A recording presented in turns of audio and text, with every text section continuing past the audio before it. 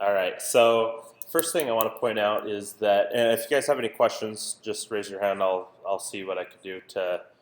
I think I should be able to answer them. Anyway, uh, WordPress 3.9 came out, is available since last week. So this is something you always want to do when you get into your WordPress sites: is click the update button and go through the update now process. That way, any like security fixes, things like that, they can. WordPress is always updating their stuff quite a bit, so I wonder what WordPress 4.0 will look like. Anyway, so the first thing I want to show you guys is actually user roles, because it's very, very important of how users work.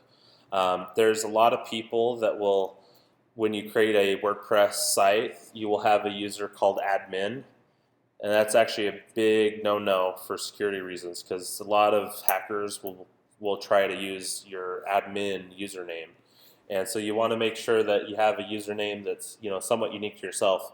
The other big thing that a lot of people have is that this is the user I'm logged into right now, BK, and it's an administrator account. You don't want to use an administrator account to actually create content with on your website, and there's several reasons for that. And I'm gonna show you what the user roles are. User roles. So the roles are, let me, as follows. So there's administrator, which is pretty much your admin account. You can do everything that you want to on that. And then if you think about WordPress as kind of like a magazine, the next level down is the editor level. And it's kind of like if you were a magazine. The editor is the last person that gets to see and edit kind of every single piece of content within your entire website. But they won't have access to any of the theme options or any of the changing a lot of the site settings, all that kind of stuff. So you actually want to create probably all of your content within an editor position, depending on what you're trying to do. Authors can publish and manage their own content, but they can't do anything else with anyone else's content. Editors can control everyone inside of your system. Contributors are only people that can write content, but they can't publish it. So like if you had a magazine, for example, or depending on what your content strategy is, if you had contributors or guest bloggers on your website, that kind of thing, you can have them as a contributor, and you actually have to go in and actually publish that page that they went ahead and put in. So it's just someone who can write, manage their own posts, but can't publish them. And then a subscriber is just someone that can see their own profile and post comments, things like that.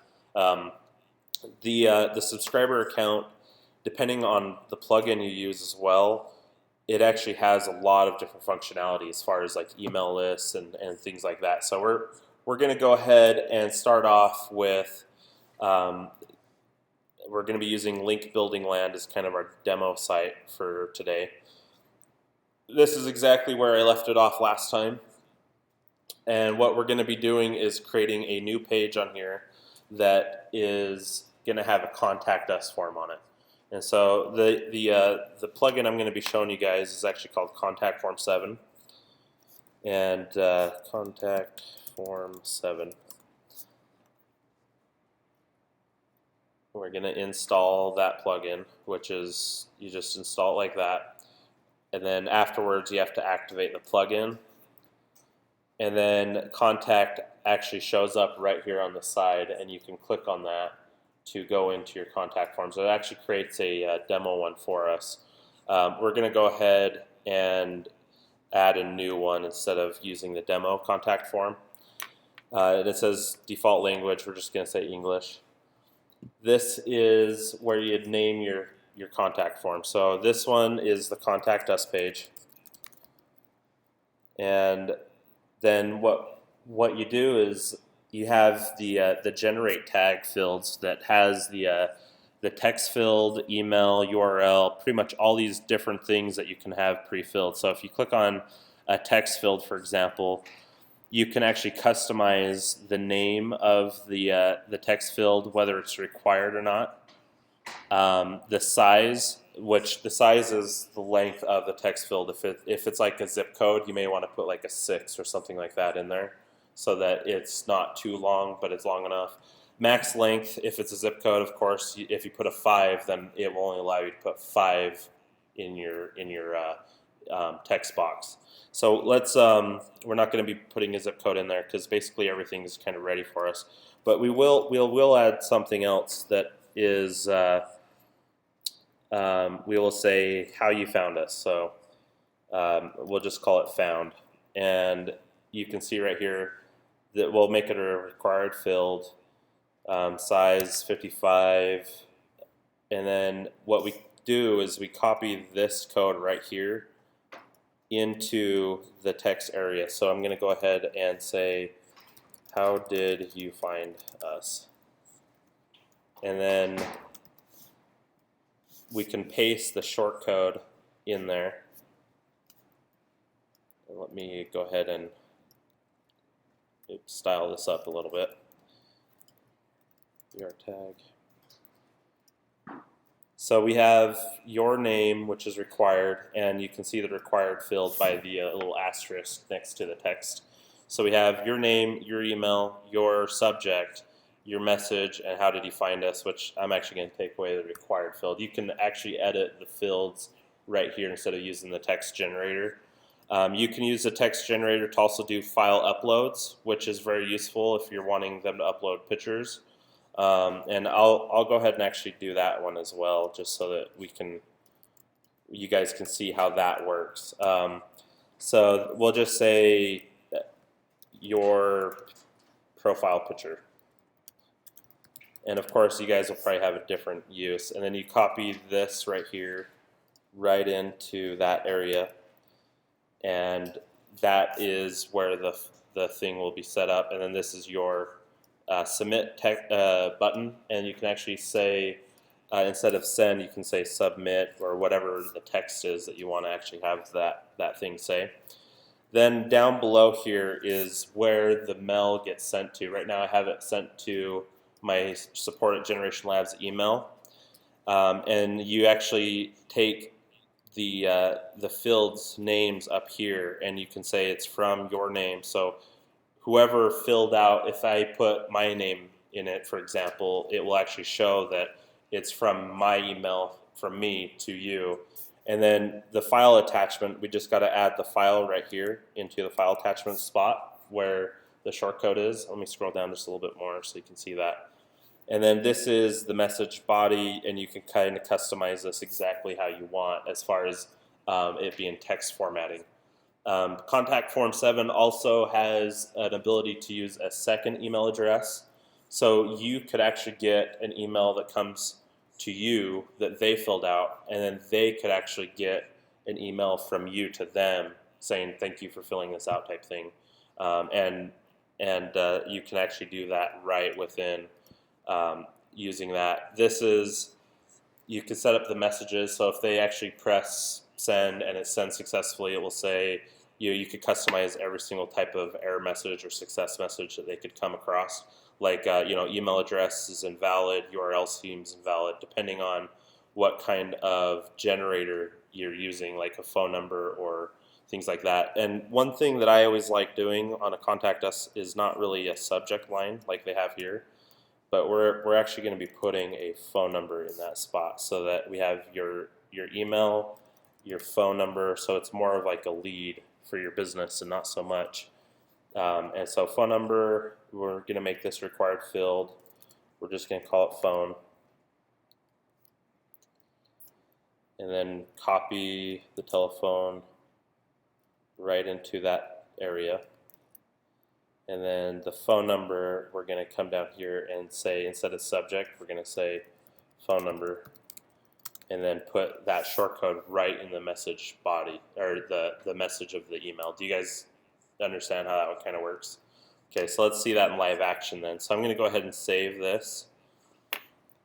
And it gives us, now shortcodes with WordPress are always in the bracket system. And so this bracket system right here that we have, I can now copy that and go create a page called Contact Us. So I'm going to go do that. And you can just paste it anywhere in the page. You can have text above, below it, anything you want. Did you put the computers away? Okay, thanks. And then you can publish that page, and then let's go ahead and see what that form looks like. So you can see here's the form that we just created right out there. I forgot to put required next to your phone. So if I press submit, it actually tells me that these fields are required using this plugin. So now I'm going to just go ahead and just do John Doe as the name, and I'll just put my email address in and my phone number in. My message is testing form. How did I find us? Probably the Dixie Text Association, right? Oh, with 3 S's. There we go. And then a profile pic. So I'm going to go ahead and upload this really cool picture of, yeah, that one. That one looks cool. So we'll upload that. Press submit. It will actually submit the entire thing right through Ajax, and it doesn't refresh the page. So now that just got submitted. Now to go check my support email to see if that actually came through.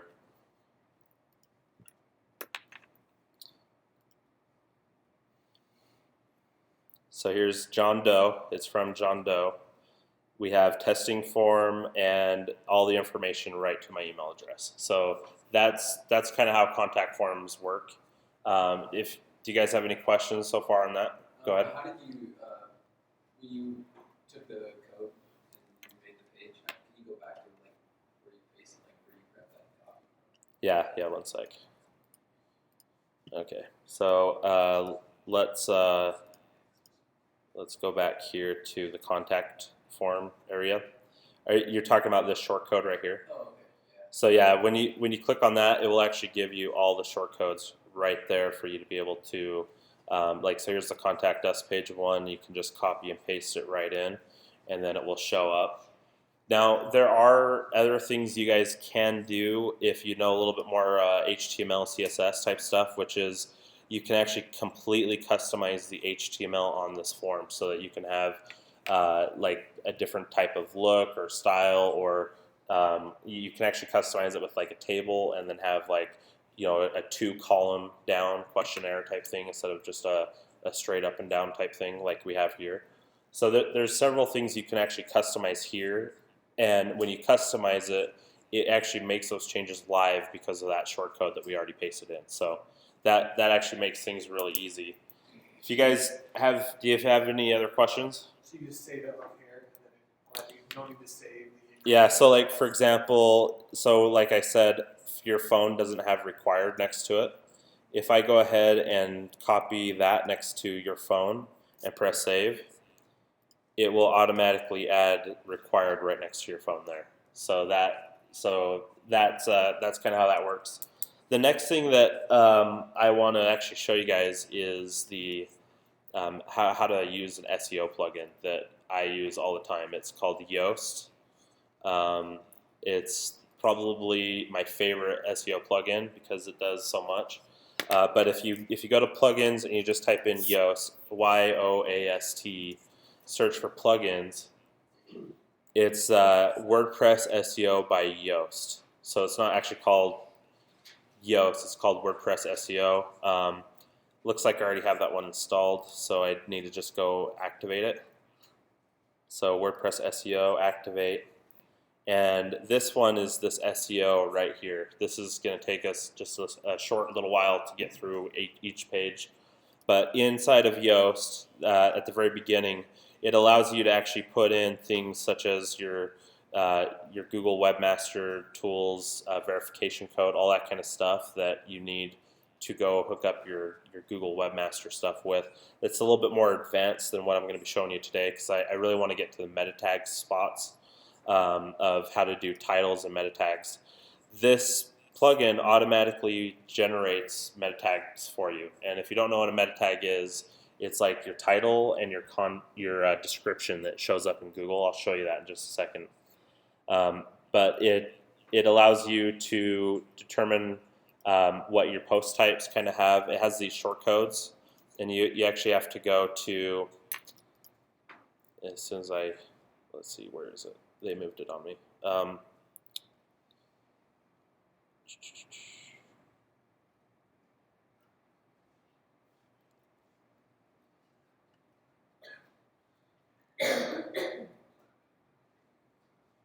Yeah, they moved the shortcode. They had a tab right here that showed it. So, yeah, sadly I'm not going to be able to show that. Let me go to the home page and we can start working on editing that one. So here's the home. The WordPress SEO plugin looks like this on your page, and you can see this is kind of the preview snippet of what Google shows. And so the focus keyword is always, really big to put in. So link building is my keyword that we're going to be typing in here, and not strategies, but just link building.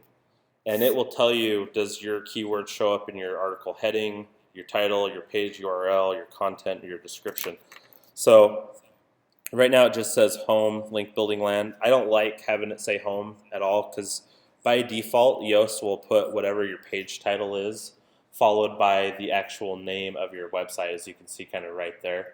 And so what I'll do is I'll just type in link building with capitals, building land, and then maybe put something like directory submission, something that has to go with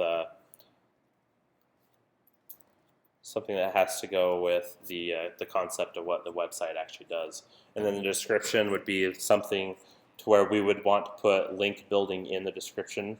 So we would say or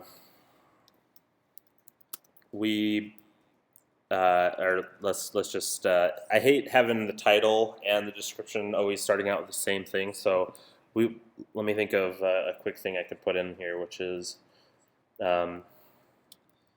building local directory links has never been easier thanks to link building land.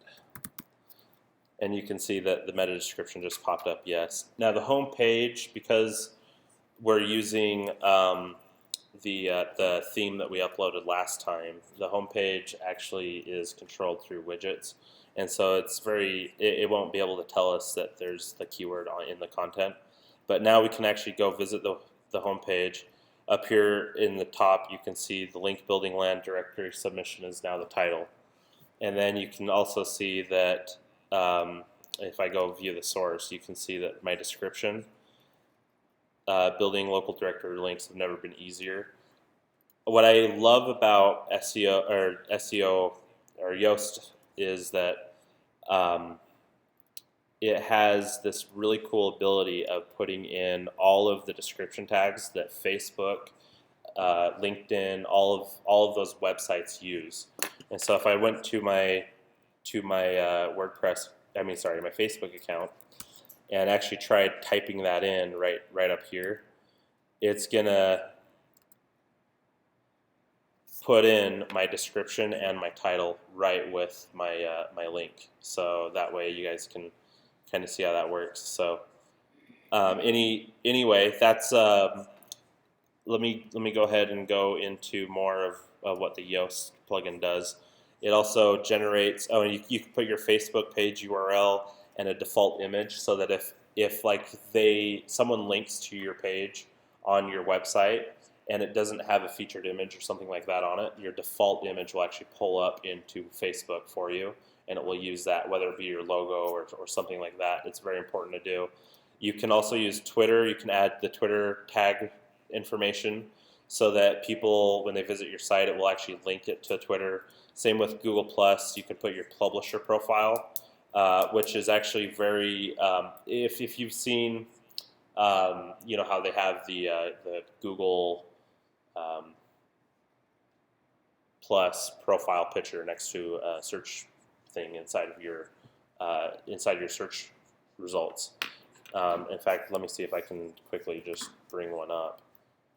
I was hoping I would be able to.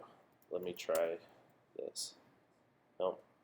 I mean, you could kind of see it. It would normally put this type of image right over here. And anyway, with that, you can put your publisher page, which is like your Google Plus like page, and then Google, when they read your site, they will actually say that all of your content is owned by this publisher page, your Google Plus page. It's very important for when people actually copy and paste your content and put it up on their website. If your Google account is already published and linked to your WordPress site, Google will count that as the first version of the content instead of the copied version. So it's very important that you have a Google publisher type thing set up for your site if people are copying and pasting it. Again, it depends on what your goals are, because this is really SEO heavy. And then the site maps is always very important. Pretty much what happens, you can say, whenever something gets published, go ahead and ping Yahoo, ping Ask, and then build my site map. And you can actually submit those site maps through Google and a whole bunch of other. The site map doesn't show up until I publish a new page, but you can actually submit those out to Google and a couple other sites like that, to where all of a sudden now they will always have the updated feed of your website. Other than that, there really isn't a whole bunch of other details other than like they have bulk editing, import, export. They have permalinks, but I usually don't use anything here other than just leave it default, because this is something like enforce a trailing slash on all categories. I don't like doing that. I like just having the URL just as WordPress defaults it. So a lot of the other things in here I really don't even mess with at all. It's just some other settings for more advanced customizations. So the next one is we want to add a social like button to your website so people can actually share out your website. I actually like using a plugin called Flare for that, and it's so I'm going to go ahead and add that in there. Activate the plugin, and then Flare actually shows up right here at the bottom, and you can decide if you want to have a follow button or a share button. You can kind of choose one or the other. So we're going to do a share button instead of a follow, and you guys know what the difference of that is, right? A share versus a follow. So a follow is like when they press the like button. A share is when they share something on their own Facebook wall to have others look at and stuff. So I'd rather have my content shared than have my Facebook page liked, because Google looks for how many times your page has been shared. The more times it's been shared, it actually helps get your site ranking more than actual likes to your page, because likes does not mean that they're actually doing interactions to your website. And a lot of pages out there have fake likes, so they really want shares now, especially on Google Plus and things. So what's really cool about this plugin is it's pretty much completely ready to go from the start. You can say I want it at the top or left line. You can kind of see where it will add the social buttons. So I'm just going to say at the top, and then also floating left to the post. And you can kind of see the page here floating to the left. Then you come down, show the social flare counters. I actually really like that because it shows how many times your post has been shared. Button types, you can actually choose. This is more like the real way buttons kind of look instead of the circle. I've seen them both ways, or even just straight squares. And then you come down here and you can actually add things like your Twitter tag. Down here you have your recommend or like for the Facebook page. You can add any one of these other social media links. So we'll go ahead and add Google Plus, and then we'll also add LinkedIn, because that's pretty much my target market of who's going to be probably sharing my site. Pinterest, not so much with this type of site, link building land. And then also, where do you want this bar to be shown? Posts, pages, I like having them both there. Media, I don't really care if my media gets shared like that. So now if I go to the Contact Us page, which I don't have my menu set up right now, but we'll go ahead and go there. So you can see here's the Flare plugin. If I pass past it, all of a sudden they show up right here on the side. And this little Flare info box we can actually get rid of. It is show the love. You can just uncheck that and save. And then this Flare button will actually disappear completely. And so now it's just the 4 social medias. So that's social media. And you can choose between the share or the follow. If you do follow, you have to put your own page in. Yeah, go ahead. And then the user can exit that warrant. Yeah, with this X thing. Yep, they can close it. And this kind of always just stays there at the top. And then if they refresh, let me see if, yeah, so I think it stays hidden, and I can't remember for how long, but I actually did some development on that plugin before, and it has a cookie system set up to where if you press the X, it like disappears for, I can't remember if it's an hour or a day, but it's one of the two. It's in the way of my touch screen. Yeah. So yeah, with a mobile site, hopefully it will kind of look like that. You know, it'll kind of grow and shrink. It really all depends on how your website's built. But that's the social plugin. The next is we're gonna show you how to put a YouTube video in real fast. So, and I'm actually gonna create a new page for that. And it's gonna be called Hard Work. And let me publish that. Now, I don't have a YouTube plugin for this yet. So I'm gonna show you guys the method I use to go Google how to find a plugin. And the way I do that is when I go to Google, I always type in top and then whatever I'm wanting to actually get as far as like the plugin. So YouTube, WordPress, plugin.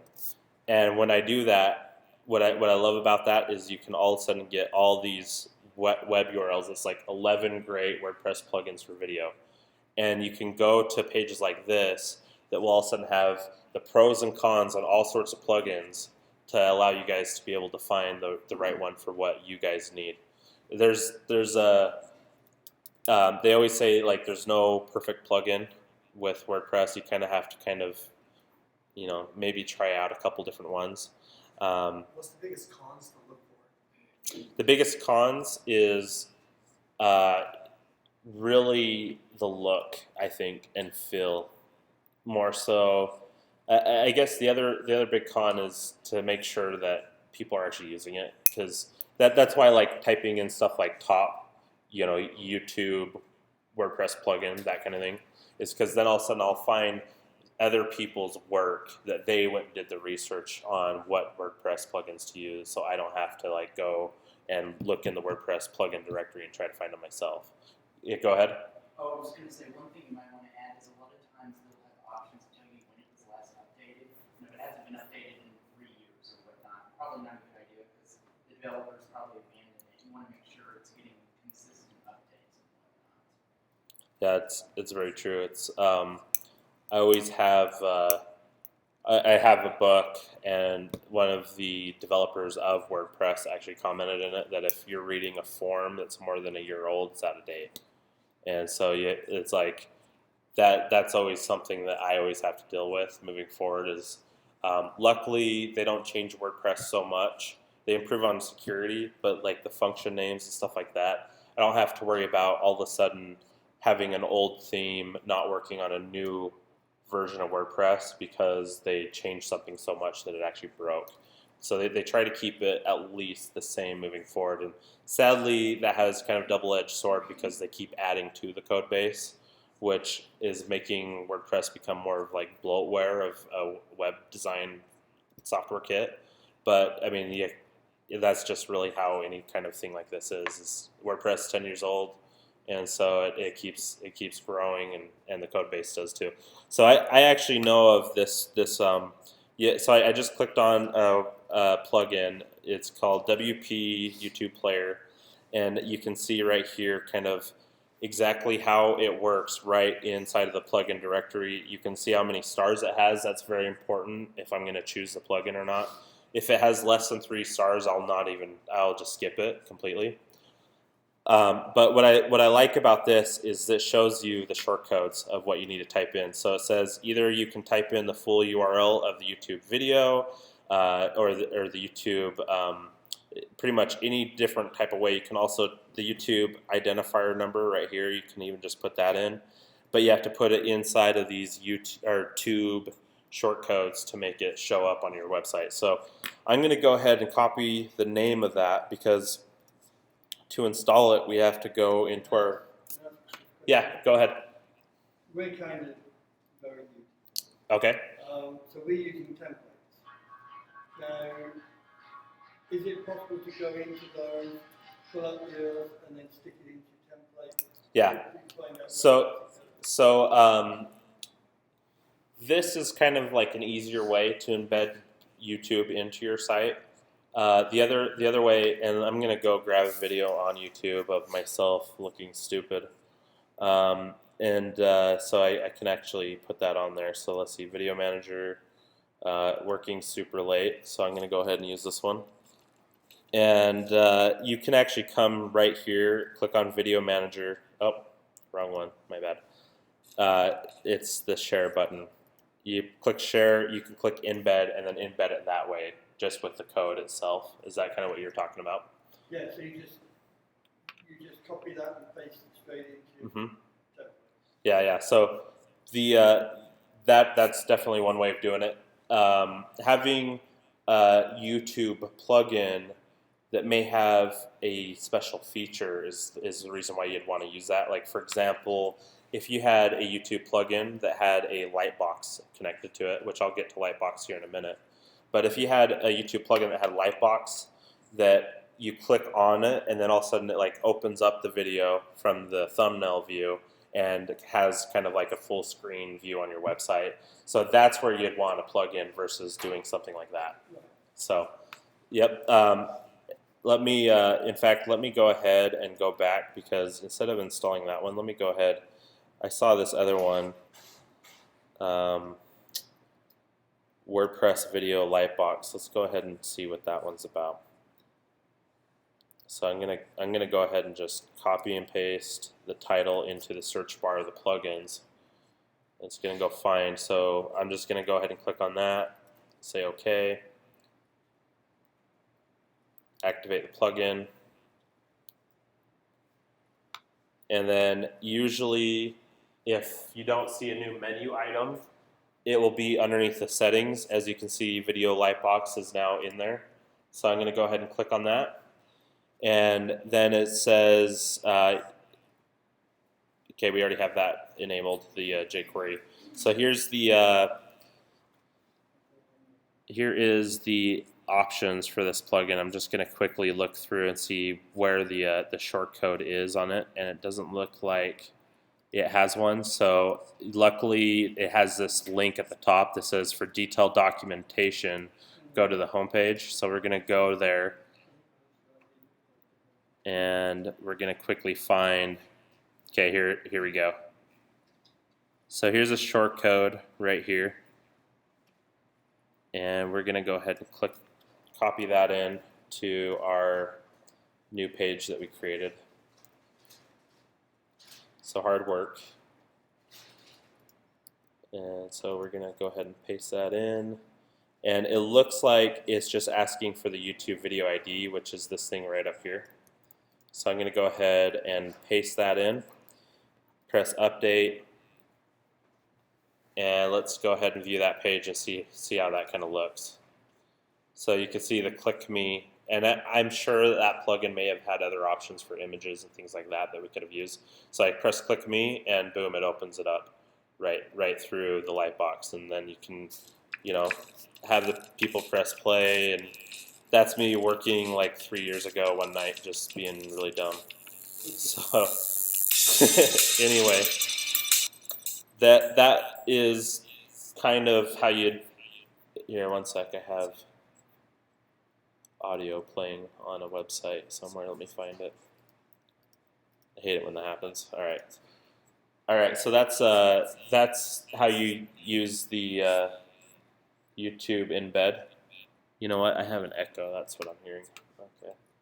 So then the next one we're going to show is the actual Lightbox effect, which my favorite Lightbox plugin is called Responsive Lightbox. Mainly just because of the options it actually gives you. I really enjoy the options. So it's this top one by D-Factor. You can see the rating is all the way up. We're going to go ahead and download that one. Activate plugin. And the reason why I like this one a lot is because it's actually made for desktop, tablets, and mobile, because it's the responsiveness of the kind of plugin for that. So I'm going to go ahead and go back into my pages and click on services. Actually, you know what? I'm going to create a new one and just call it links. And inside of links, I'm going to add media. And I'm going to create this gallery right here. And I'm going to click on all of these logos that we have right here on inside of the website. These are all the links that we'll build links on, I guess. Oh, except that last one. And then create a new gallery, and we'll go maybe like 5 wide. So it's actually, let's see, 5 wide, and we're going to link to the media file. And random order. That sounds great. So let's publish that. Let me double check real fast. The responsive Lightbox actually has some settings. And galleries, you can press enable and it will automatically enable it on galleries for you.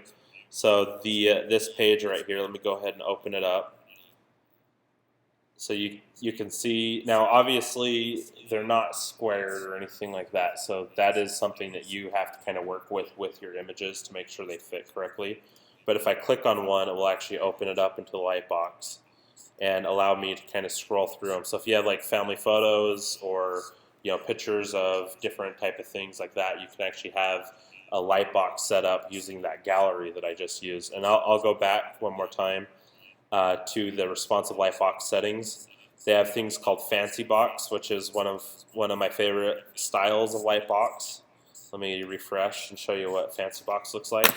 You didn't have to apply anything specifically to each image, it just applies that. Yeah, so it does it automatically with galleries. You can actually have it so it will do YouTube and Vimeo video links as well. And I haven't messed around with that a whole bunch, which is why I showed you the other plugin. And then image links and stuff like that. So let's see this one. It actually just looks like that. It's very, very simple looking. And you just pretty much click on one side or the other side and it will go to the next icon. It will actually show the image for the image's real size instead of blowing it up like the other plugin or the swipe box does. Pretty Photo is actually another one that I really like. Pretty Photo I like a lot more for YouTube videos. And it looks like this. Of course, it's all random, but it's just, you've probably seen that one before on websites. The Pretty Photo is used a lot, and you can just choose the different images very easily right through here. So the last, yeah, go ahead. Is it possible to have two different viewing types? So maybe on the gallery page you have it one way, and on the page it's viewing the other way, or is it? It's the plugin, unfortunately, is set up to where you select one and that's it. Let's see, is that my time right?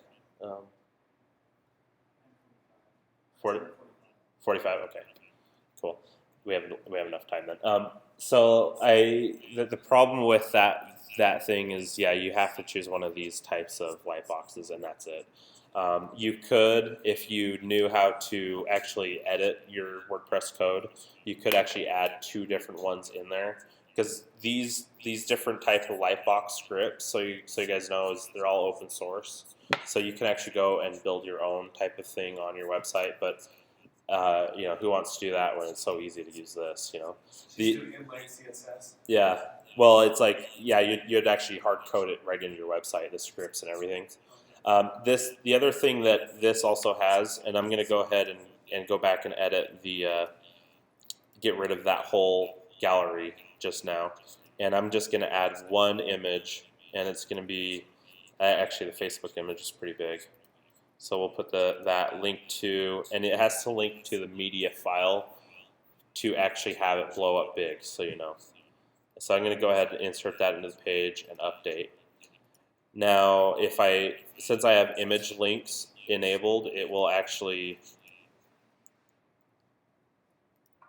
let me click on it. It'll actually work. You can see that. If I have image links disabled, because I don't want to have everything on my website, like that is every single image link on my entire website, no matter what. Now, if I refresh this page, whenever I click on this image, it's going to just take me to that image instead of do the Lightbox. And that way you can kind of customize what images have it by using this selector right here, which is Rel Selector. So what I do is I come back to the image, click Edit, open it up, and then I have to go to Advanced Options, and then it says Link Rel. I just put Lightbox right into that, update the page. And let me go out here, refresh. Instead of hard linking to that image, now it will do that Lightbox because I added that in there. And you can change this keyword to whatever you want and add those selectors to only certain images. So just as an example of why someone would do that is if you've ever been to a website that has an infographic, like one of those big infographics, they will do something like this to it, to where you click on it and it will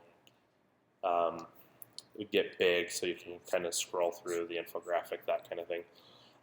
Let's see, I have one more plugin that I'm going to show you, which is animated sliders.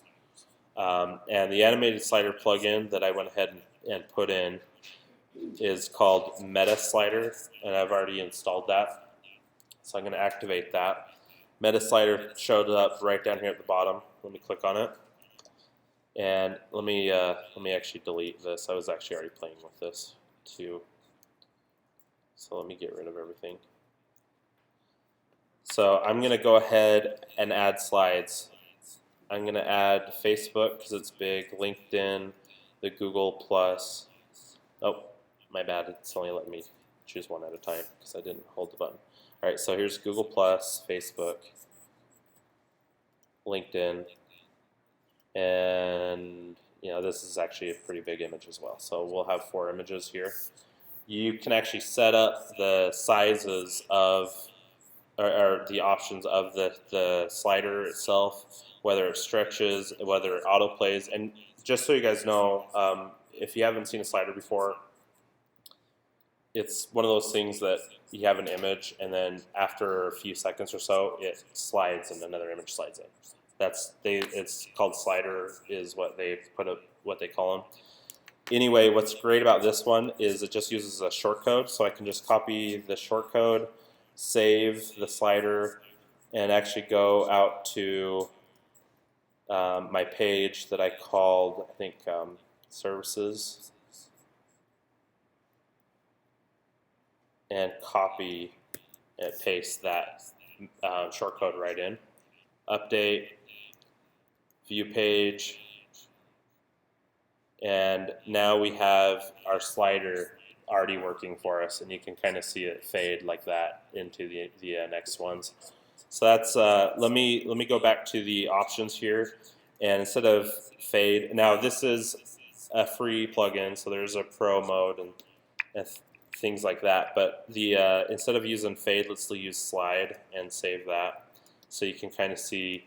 So instead of it fading to the next image, it's now going to slide to that next image like that, which looks great. So anyway, let's see. Can you change the time so it can stay on 3 seconds? Yeah, so let me show you that. It's actually right down here. It's in milliseconds, and so right now it's 3 seconds. And milliseconds is every thousandth second.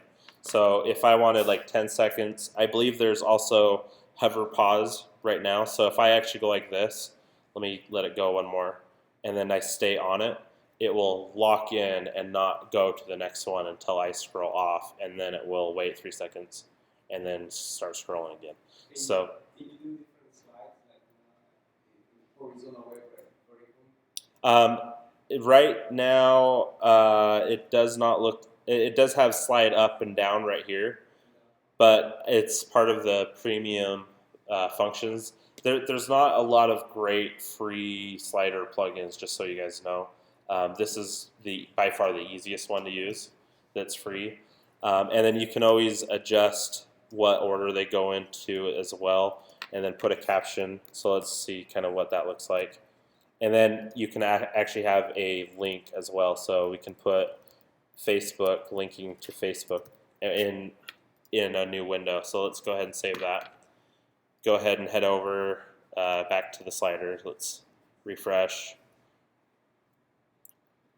So you can see the caption right here at the bottom. And then the image is linkable. When you click on it, it actually opens up to that link we just linked to that image slider. So depending on what you're wanting to do, there's also different slider settings too that this has. So like you have the R slider, and each one has different options in the advanced settings. So let's see. I just saved that one. So this is what the R slider looks like, which is, I don't really like that look. It's too, I don't know, too boxy, I guess. The Nivo slider is actually a pretty decent one. We're going to go ahead and do random. Oh, look at that. So if I use this slider, it gives me the slide up, slide down thing. So let's go ahead and try that. So I guess it wasn't a premium feature. I just didn't click on that and look. So here's the slide up, slide down. I guess not. Slide down, slide up left.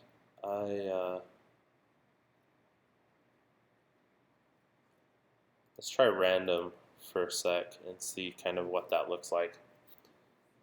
The Nivo slider is actually an open source one, and I really love the effects that they have to go to the next image a lot. And so you can kind of see a little bit of what those look like. I mean, very nice looking depending on what you're trying to do. Sliders are mostly used on home pages.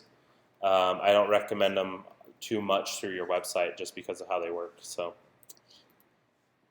anyway, I think that pretty much concludes today's lesson of a lot of these plugins. Do you guys have any questions for me? Yeah. At the beginning, you said that you should create content as an editor versus an admin. What was the reason for that again? The reason for that is your author page on the front end usually will have something, depending on the theme you're using, that will have like your username actually visible, and you don't want people to try to use one of your admin users to get in, like to start brute forcing passwords and stuff like that to try to log into your website. So if you have an editor though with a different username, a different profile, and then they have their username somehow displayed out on front of the website, if people brute force into that, they will be able to delete it, but they won't be able to delete the like saved history that the admin will be able to go in and restore that type of thing. So, but if you're an admin and they log in as an admin to your website, they can do anything they want to. So if it's, say it was just your personal site, you would have an admin account and an editor account. You would just use the editor every time you're creating pages. Yeah. Yep. I would. If you're gonna do content, do it as an editor. Now, for me, sometimes it's kind of hard to do that because I develop so many websites that I sometimes break the rules a little bit. But what's really nice too is you could create content as an admin and have an editor account made, and then actually just switch the author by let me just show you how to do that real fast. I think I actually have to go to posts, not pages. Well, I guess we can go both ways. But you can either come in here and you can click screen options and click on the author, and then the author will actually show up right down here, and you can select which author you want that to be in. So you could create content as an admin, but then switch it to someone else. And if you have a big company, and you have, for example, a lot of high-level executive type people that you would love to get their author on your website, but they don't want to do anything, you can create all of their accounts and then just switch it so that this page is all of a sudden authored to them, authored to that person, that kind of thing. Go ahead. So that's going to be the fastest way if we already have posts and things that are That's one way. Go back in The other, switch them the other fast way too is if you go to this page and you do quick edit, you can actually. Oh gosh, I could have sworn that the author was here. You can see the author here, but yeah, I guess you have to log in to each one and then just switch the author and press update. Okay. So That and works.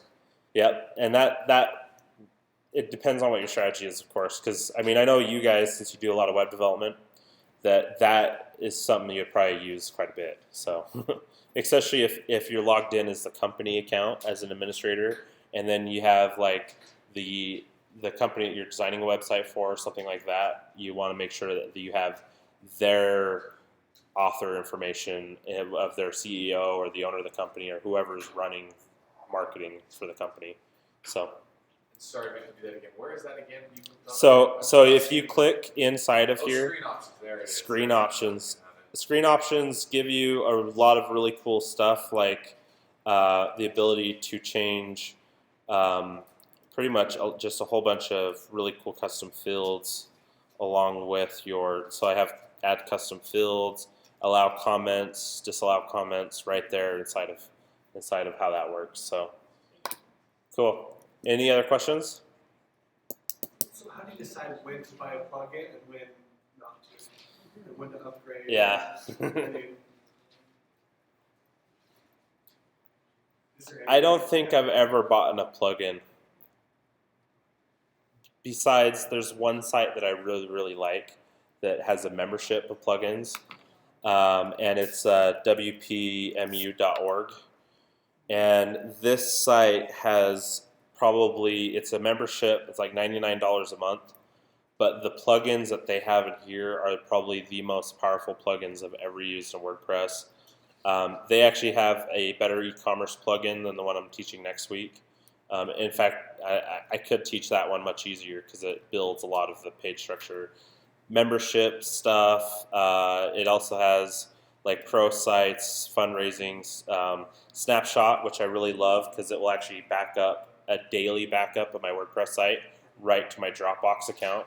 And so it's like there's all these really cool plugins that this site absolutely has that you can't get anywhere else for free. So that's the only place I'd ever recommend buying plugins.